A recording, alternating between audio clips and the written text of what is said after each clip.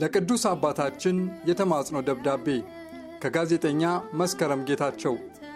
ይድረስ ለብፁዕ ወቅዱስ አቡነ ማትያስ ቀዳማዊ ፓትርያርክ ርዕሳነ ሊቃነ ጳጳሳት ዘኢትዮጵያ ሊቀ ጳጳስ ዘአክሱም ወዕጨጌ ዘመንበረ ተክለ ሃይማኖት። ይፍቱኝ አባቴ ቡራኪዮ ይድረሰኝ። ከአንዲት የመንፈስ ልጆ የተጻፈ። ይህን ለመጻፍ ስንት ቀናት አሰብኩ፣ ተጨነቅኩ። ለዚህም በአምላኬና በአምላኮ ስም እምላለሁ። አባቶቻችንን በማኅበራዊ ሚዲያ እየተናገርናቸው የጵጵስና ክብር እየቀነሰ ክህነት አክብረው የሚኖሩትንም እያሸማቀቅናቸው ምልክት እያጣን ነው ብዬ ስለማምን ነው። ከምንም በላይ ደግሞ አንዱ የቤተ ክርስቲያን ጠላት ዓላማ ክብረ ክህነትን የሚያዋርድ ትውልድ መጥቶ እንዳንደማመጥና እንድንለያይ ማድረግ በመሆኑ ለእነሱ መሳሪያ ላለመሆን ነበር።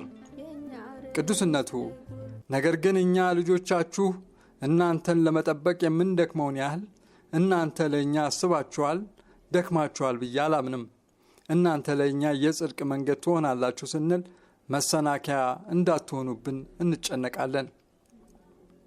በዚህች ቅድስት እያልን በምንጠራት አገር በኦርቶዶክሳውያን ላይ ላለፉት 50ና 60 ዓመታት የደረሰውን በደል ለእርስዎ መናገር ለቀባሪ ማርዳት ነው። በእርስዎ ዕድሜ ያሉ አባቶቻችንም ሆኑ እኛ ወጣቶች ፈጽሞ እናያለን ብለን ያላሰብነውን መከራ እያየን ነው። ዛሬ ያለው ወጣት አንዴ በጦርነት ዜና፣ አንዴ በኑሮ ውድነት፣ አንዴ በዓለም አቀፍ ጫና ደቆ ስነ ልቦናው ተሰልቦ በከፍተኛ ጭንቀት ውስጥ በመሆኑ ዕድሜውን ሳይኖረው በቁሙ እየሞተ ነው። ባጭሩ ዝለናል። ነገ የሌለው ሰው ሆነናል። ችግሩ ግን እርሶም በተለያዩ ጊዜያት እንደሚናገሩት አባቶቻችን መጠጊያ ለመሆን ለምእመኑ አለመዘጋጀታችሁ ነው። ይህ ምእመን ምን ቢበድላችሁ ነው ፊታችሁን ያዞራችሁት? ወደ ዋናው ጉዳይ ልምጣ። ምስራቅ አርሲ የሀገረ ስብከት የማን ነው? ቅዱስ ሲኖዶስ በሚመራው መዋቅር ተካቷል? ጠቅላይ ቤተ ክህነትስ ያውቀዋል?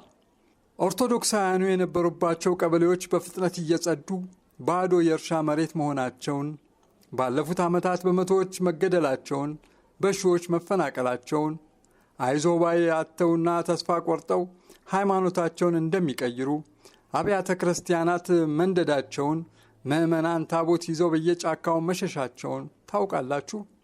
አባቴ ከዓመታት በፊት በጦርነት ወቅት ታፍኛለሁ፣ ለልጆቼ ድምፅ መሆን አልቻልኩም ብለው ዓለም አቀፍ ሚዲያዎችን በመጠቀም ድምፅ ሆነዋል።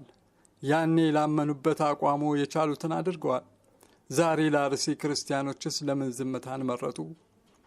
የእርቅና የመፍትሄ ጥሪ። እርስዎ ምዕመን አይደሉም፣ ባለሥልጣን ኖት። ምዕመናን ሊጠብቁ የተሰጠዎትን ሥልጣን እንዲጠቀሙበት በልጅነት እጠይቃለሁ። ስለዚህም የሚከተሉትን እርምጃዎች እንዲወስዱ በአክብሮትም አጸናለሁ።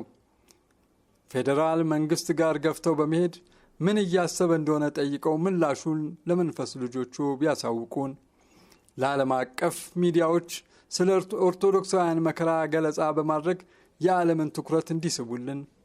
ለሰብአዊ መብት ተሟጋች ተቋማት በደብዳቤ ያሳውቀው ድምፅ እንዲሆኑልን። ለተጎዱትና ለተፈናቀሉት ወገኖቻችን አስቸኳይ የሰብአዊና የመንፈስ ድጋፍ አስተባባሪ ኮሚቴ እንዲያቋቁምልን። አባቴ በቀሮቾት ዕድሜ ይህንን በማድረጎ የሚመጣበትን መከራ ቢኖር እንኳ ተጋፍጠው ለዚህ ትውልድ ቋሚ ምልክት እንዲሆኑልን በልጅነት ዝቅ ብዬ ጠይቃለሁ። ቡራኪዮ ይድረሰኝ። የመንፈስ ልጆ ወለተ ኪዳን በቅንፍ ጋዜጠኛ መስከረም ጌታቸው። ግንቦት 27 ቀን 2018 ዓ.ም